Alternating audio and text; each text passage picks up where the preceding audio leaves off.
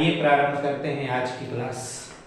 पिछले क्लास में हमने एनसीईआरटी के एक महत्वपूर्ण सवाल को हल किया था और उस सवाल में हमने दिखाया था कि हमारे पास एक रेशियो दिया हुआ है और रेशियो था कितना, तो हमारे पास रेशियो था के ई स्क्वायर बटा में G into M1 into M2 और प्रमाणित करना था कि यह डायमेंशन लेस है, डायमेंशन लेस है, माने इसमें कोई बीमा नहीं होती। पिछले क्लास में हमने इसको कंप्लीटली सॉल्व कर दिया था, लेकिन समय अभाव के कारण हम ज़्यादा लंबा वीडियो आपके लिए नहीं सेंड कर पाए। आज हम लोग कोशिश करेंगे कि थोड़ा ज़्यादा से ज़्यादा सीखें और कुछ ज़्यादा से ज़्यादा सवालों को हल करें। आज हम लोग इसी सवाल को थोड़ा सा और आगे बढ़ाते हैं। इसी सवाल में दो सवाल और भी ऐड किया हुआ है। M1 है मास ऑफ इलेक्ट्रॉन और M2 है मास ऑफ प्रोटॉन। M1 को हम इलेक्ट्रॉन का मास मानते हैं और M2 को हम प्रोटॉन का मास मानते हैं। तो इसमें सवाल दूसरा ये किया गया है कि आपको बताना है कि इसका रेशियो कितना आएगा, यानी M1 की जगह पर Me लिखा जाए तो मास ऑफ इलेक्ट्रॉन, M2 की जगह पर Mp लिखा जाए तो मास ऑफ प्रोटॉन। आपको बताना है कि find the value of this, इसका वैल्यू निकाल देना है, इसका मान निकाल देना है, इसका रेशियो तैयार करना है। तो देखो इसको कैसे हम लोग तैयार करेंगे। तो कुछ चीजें हैं जो आपको इसके लिए याद रखना होगा। सवाल भी दे सकता है सवाल, तो क्या के याद रखना है, तो के का मान आपको याद रखना है 9 गुने 10 के पावर 9 न्यूटन मीटर स्क्वायर प्रति कूलम स्क्वायर। जी का मान, जी को गुरुत्वाकर्षण का सार्वत्रिक नियतांक कहते हैं। अब इसका मान आप रख सकते हैं 6.6 गुने 10 के पावर -11 न्यूटन मीटर स्क्वायर प्रति केजी स्क्वायर।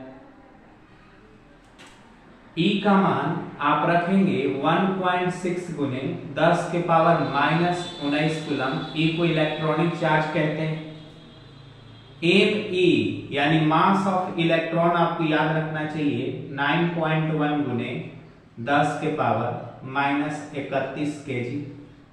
और Mp का मान याद रखना चाहिए 1.6 गुने 10 के पावर -27 केजी। आप इन सारे वैल्यू को याद रखते हैं तो इस रेशियो का मान बहुत ही सरलता से निकाल सकते हैं।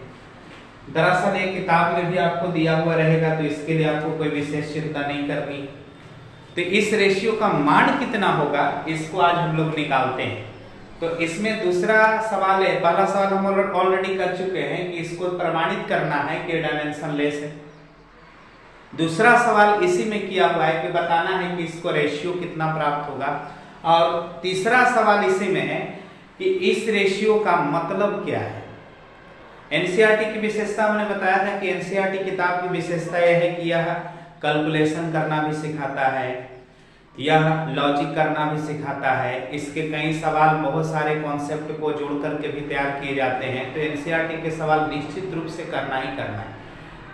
इंटर के एग्जाम में बेहतर रिजल्ट प्राप्त करने का आपके पास सबसे बेहतर ऑप्शन में अगर कोई किताब है, कोई पुस्तक है तो एनसीईआरटी है। आप इंटर की तैयारी कर रहे हो या किसी कंपटीशन की तैयारी कर रहे हो, जैसे जेईई की तैयारी कर रहे हो या फिर कोई भी इंजीनियरिंग कंपटीशन की तैयारी कर रहे हो, तो एनसीईआरटी की किताब जरूर से जरूर बनाना चाहिए।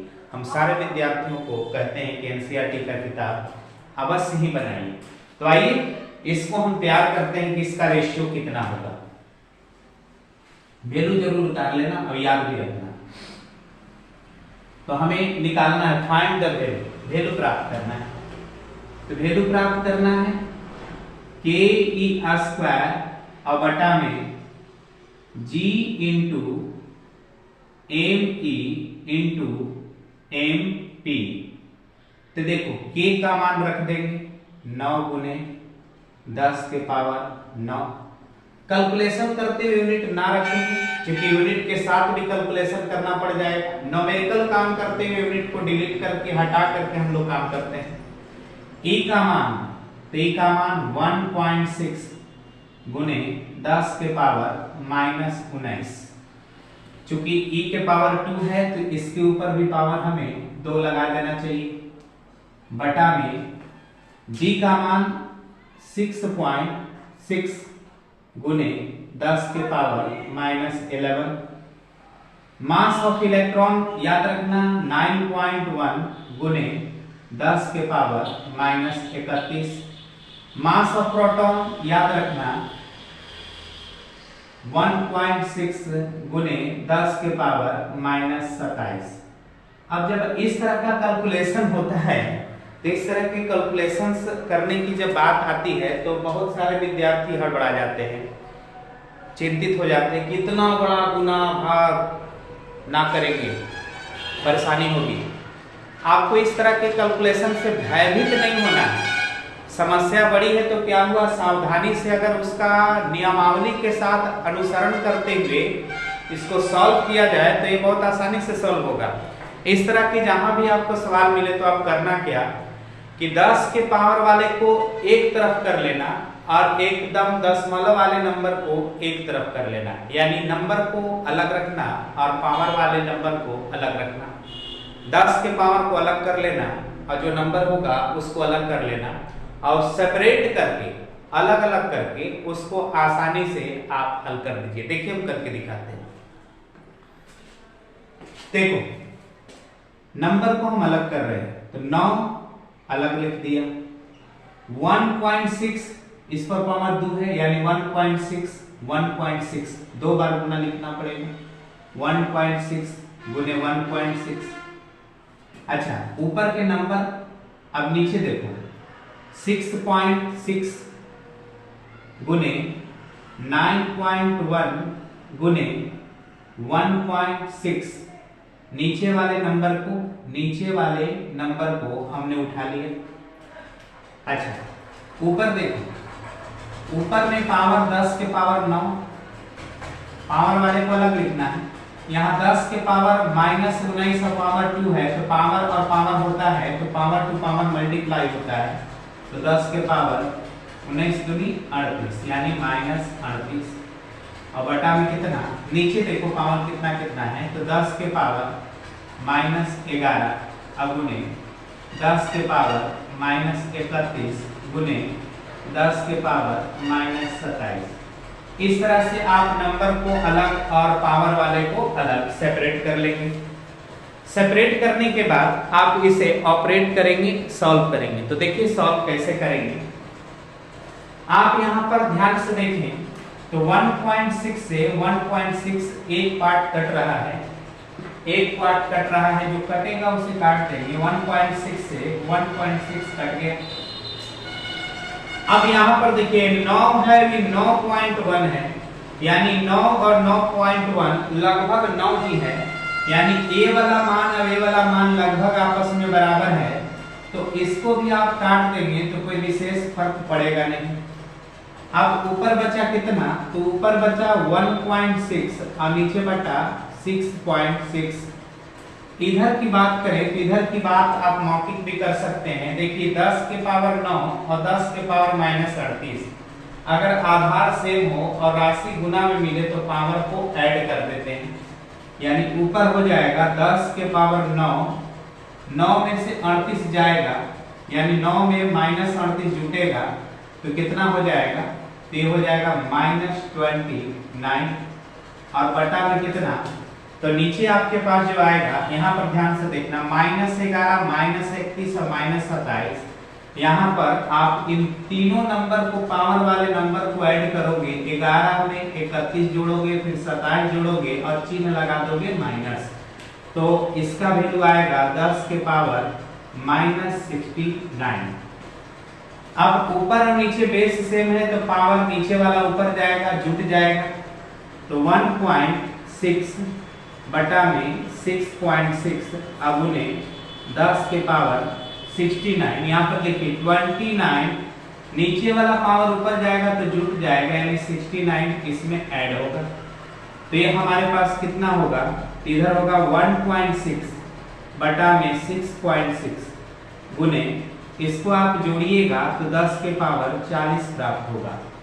इसको आप ध्यान से देखो, बहुत आसानी से काम करना है, गड़बड़ाना नहीं है। गड़बड़ा जाओगे आप गलती करके आओगे, और गलती करोगे आपका पूरा मेहनत बेकार हो जाएगा। अधिकांश न्यूमेरिकल ना बनने का कारण है कैलकुलेशन बेहतर ना होना। कैलकुलेशन अगर बेहतर नहीं है तो आप न्यूमेरिकल बेहतर नहीं बना सकते हैं, इसलिए कैलकुलेशन पर भी आपको काम करना ही करना है।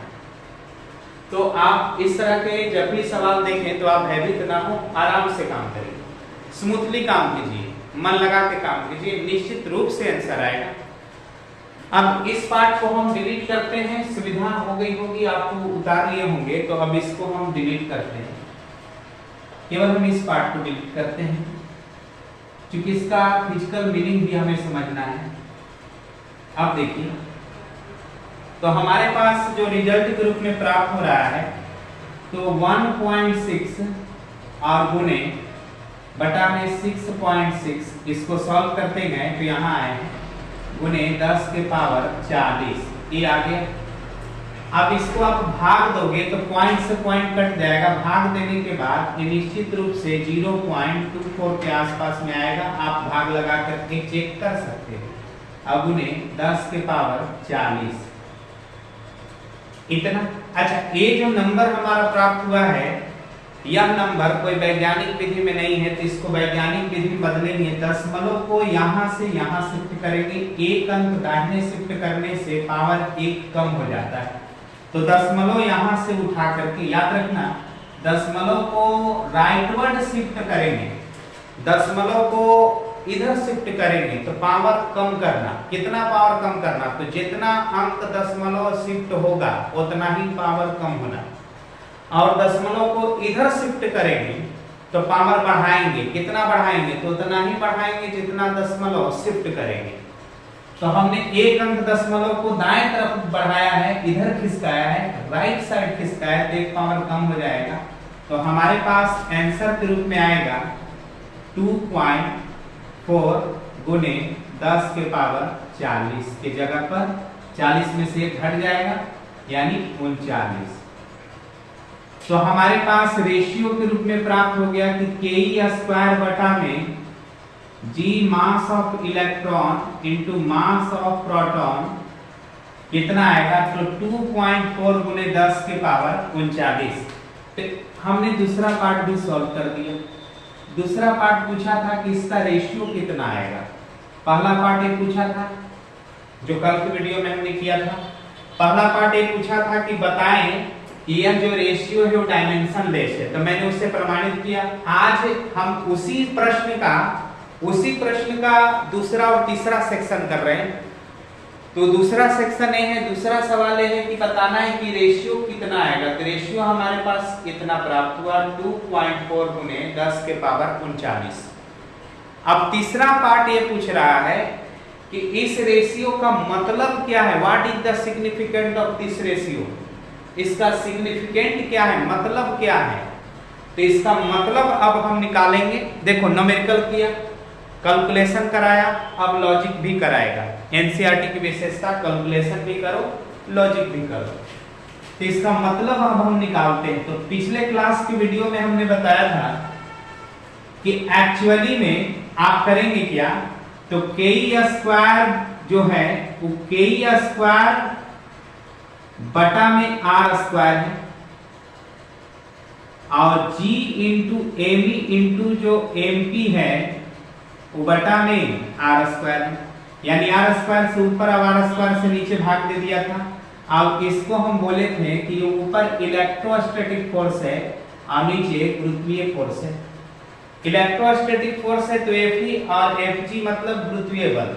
यानी एक्चुअली में है क्या यार, तो ke² बटा में g me इंटू mp दो प्रकार के बलों का अनुपात है। ऊपर है विद्युतीय बल और नीचे है गुरुत्वीय बल। तो ऊपर विद्युतीय बल है और नीचे गुरुत्वीय बल का यह रेशियो है। पिछला वीडियो आप लोग ना देखे हो तो जरूर देख लेना, आपके लिए मेहनत कर रहे हैं तो आप थोड़ा सा इसको देखेंगे तो देखिए, तो ऊपर है विद्युतीय बल F लिख दिया, नीचे है गुरुत्वीय बल तो इसको हमने Fg लिख दिया। यानी यह Fe बटा Fg, ये जो रेशियो तैयार है वास्तव में यह विद्युतीय बल तथा गुरुत्वीय बल का अनुपात है। और विद्युतीय बल और गुरुत्वीय बल का अनुपात कितना आता है तो 2.4 गुने 10 के पावर 39। अब इसका मतलब अब निकालना है तो देखिए मतलब बहुत आसानी से निकलेगा। मतलब निकालना है तो क्या निकालना होगा, मतलब इसका मतलब Fe बराबर आप लिख पाओगे कि Fe का जो मान होगा, Fe का मान जो होगा वो 2.4 गुने 10 के पावर 39, Fg से इधर लाके गुना कर दो इंटू कितना Fg। ध्यान से देखो ये क्या करना चाहता है, तो कहना चाहता है कि विद्युतीय बल जो है वह गुरुत्वीय बल से 2.4 गुने 10 के पावर 39 गुना बड़ा है। इतनी मनी बड़ा राशि नहीं है। विद्युतीय बल जो है Fe को आप क्या बोलते हो, इलेक्ट्रोस्टैटिक फोर्स। तो Fe हमारा इलेक्ट्रिक फोर्स है, ये हमारा इलेक्ट्रिक फोर्स है, इसको हम इलेक्ट्रिक फोर्स कह रहे हैं। इलेक्ट्रिक फोर्स माने विद्युत के कारण, चार्ज के कारण क्रिएट होने वाला बल। अब Fg जो है वह ग्रेविटेशनल फोर्स है, गुरुत्वाकर्षण के कारण, द्रव्यमान के कारण जो बल लगता है उसे गुरुत्वाकर्षण बल कहते हैं, ग्रेविटेशनल फोर्स। अच्छा, अब गुरुत्वाकर्षण बल जो है, विद्युतीय बल जो है Fe वह गुरुत्वीय बल से कितना गुना बड़ा है, 2.4 गुने 10 के पावर 49, यानी बहुत बड़ा है। इसको कह सकते हैं कि विद्युतीय बल जो है गुरुत्वीय बल से लगभग अनंत गुना बड़ा होता है। अब सोचो 10 के पावर 39 का मतलब ही होता है 10 पर 39 को 0। अब इसको इतनी बड़ी संख्या आपको प्राप्त होगी कि इसे काउंट भी नहीं कर सकते, इतनी बड़ी संख्या को काउंट नहीं कर सकते। यानी विद्युतीय बल जो है वो गुरुत्वीय बल की तुलना में अनंत गुना बड़ा है। तो इसका सिग्निफिकेंट यही है। तो ऐसा लिखने के बाद आपको लिखना पड़ेगा कि प्राप्त परिणाम से कितना गंदा करते हैं, प्राप्त परिणाम से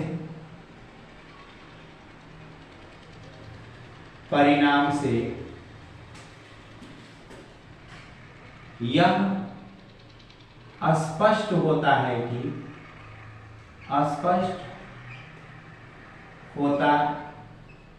कि विद्युतीय बल, ऐसे लिखना पड़ेगा बच्चों, विद्युतीय बल गुरुत्वीय बल